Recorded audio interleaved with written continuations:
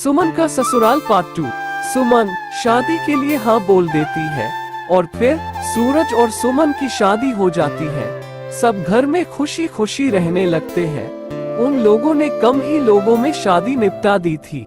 एक दिन पड़ोस की सरला आंटी आती है। अरे भाई सूरज, सुना है तुमने शादी कर ली। भाई थोड़ा बहू के दर्शन हमें भी तो कराओ। आखिर देखे तो जीजी ने कैसी बहू चुनी है अपने सूरज के लिए। जी आंटी, आप बैठे, मैं अभी अपनी पत्नी सुमन को बुलाता हूँ। सूरज और उसकी माँ सुमन को सरला आंटी से मिलवाने लेके जाते हैं। सरला आंटी सुमन को देखते ही बोलती है, आए हाय, अरे ओ जीजी, कहाँ से ढूंढ के लाई हो इतनी प्यारी बहू। बड़ी ही प्यारी है।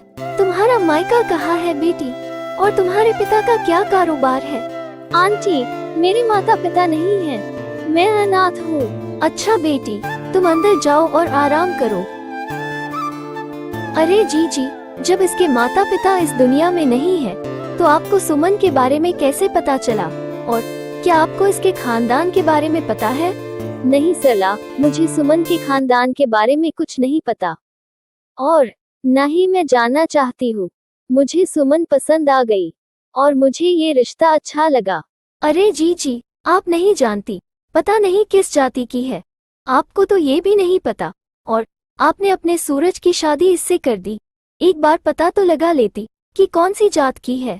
सरला, अब बस भी करो ये जात पात की रट लगाना। और मुझे अपने सूरज की शादी सुमन से करानी थी, न ही उसके खानदान से। और रही बात जाति की, तो जात गुण और कर्म से निर्धारित होती है, और मेरी सुमन बहुत ही गुणवान और काबिल है। और सरला, आज के बाद तुम ये जात पात की बकवास नहीं करोगी। याद रखना, तुम मेरी बहू के बारे में बोल रही हो। दोबारा मैं बर्दाश्त नहीं करूंगी। और हम ही उसका परिवार है, और मैं ही उसकी माँ हूँ। ये सब सुनते ही सरला चुपचाप वहाँ से चली जाती है। बात इतनी तेज हो रही थी कि सुमन को अपने कमरे तक ये सारी बात सुनाई दे रही थी। वो माँ के पास जाती है और रोने लगती है। माँ सुमन से पूछती है कि अरे बेटा सुमन, क्या बात है, तुम रो क्यों रही हो। माँ, मेरी वजह से आपको कितना कुछ सुनना पड़ रहा है। मुझे बिल्कुल भी अच्छा नहीं लग रहा। अगर मेरे माता पिता इस दुनिया में होते, तो आपको इतना ना सुनना पड़ता। बेटा सुमन, तुम पहले रोना बंद करो, और खबरदार जो अपने मोती जैसे आंसू को बहाया तो। और रोए मेरे दुश्मन, तुम क्यों रो रही हो। और किसने कहा तुम्हारे माता पिता नहीं है।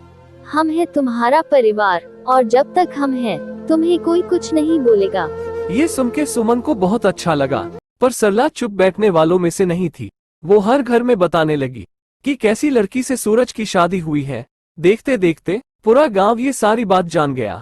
एक दिन की बात है, सुमन कुछ सामान लेने के लिए बाजार गई, तो देखा तो सब उसे देखकर आपस में खुश कर रहे थे।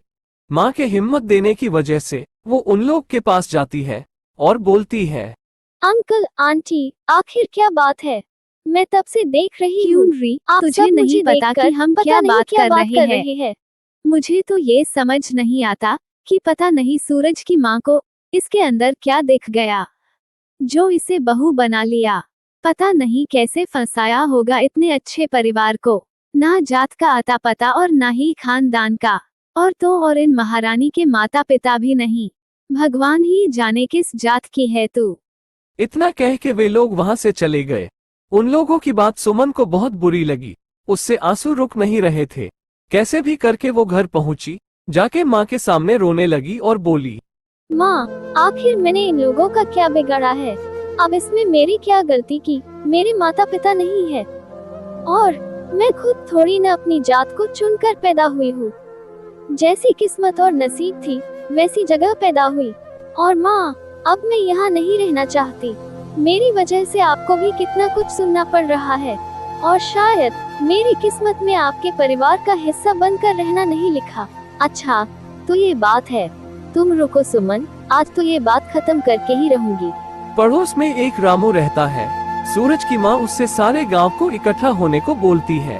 सारा गांव इकट्ठा होता है, और तब सूरज की माँ जाती है और बोलती है, देखिए, मैं आप सबको बहुत समझा चुकी हूँ, पर आप लोग की बुद्धि भ्रष्ट हो चुकी है।